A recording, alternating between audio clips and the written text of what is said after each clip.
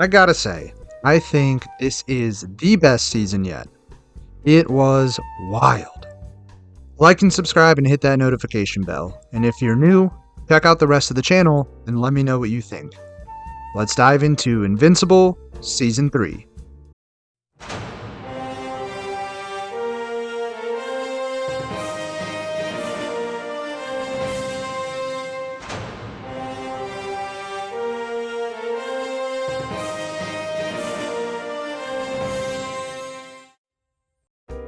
I love this show, and I've loved this show since its premiere of Season 1.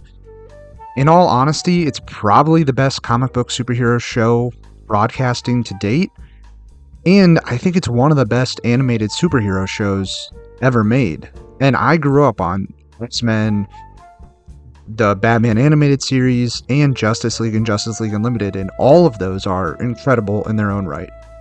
And I'm not saying that Invincible is better, but I think it's right up there with those ones. Every time I think this show can't get any better, it proves me wrong.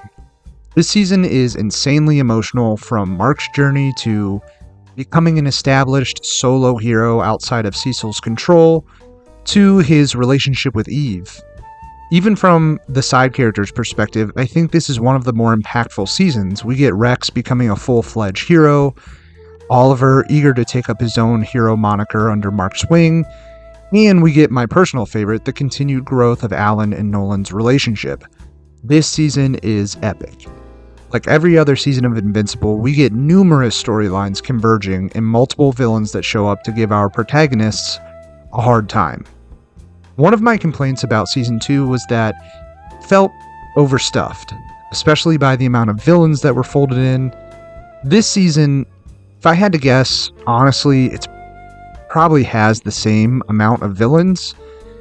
However, the overall flow and cohesiveness and pacing of this season feels way more buttoned up than it did in Season 2.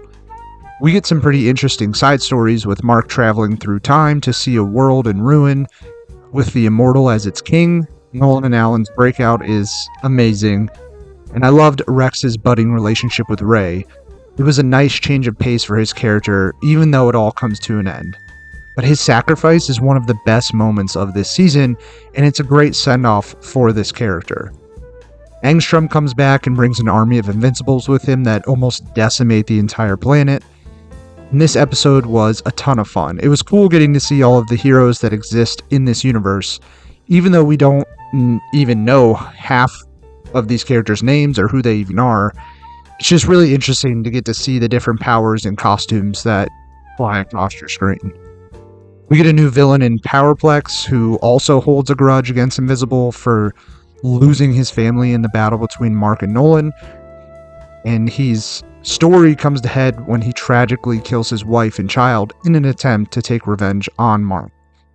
And honestly, this was one of my favorite aspects of this season, was not jumping back into the past, but having a reflection on the past events of this show to see how Mark's father and Mark's actions have consequences on the whole world. I think it's a very interesting and emotional plotline to go with. The last big villain we get is Conquest, a representative of the Viltrum Empire who has been sent to destroy Mark and take Earth. And this finale was incredible. It might be my favorite finale of the 3 seasons. It's probably one of the more violent episodes thus far, and the action is fantastic. We get to see Eve given to her full power set, a la Jean Grey Phoenix, and burn Conquest's skin off before Mark incapacitates him. Along with the action, I think the animation has really found its footing. It's always been good. It's just been sort of inconsistent from scene to scene.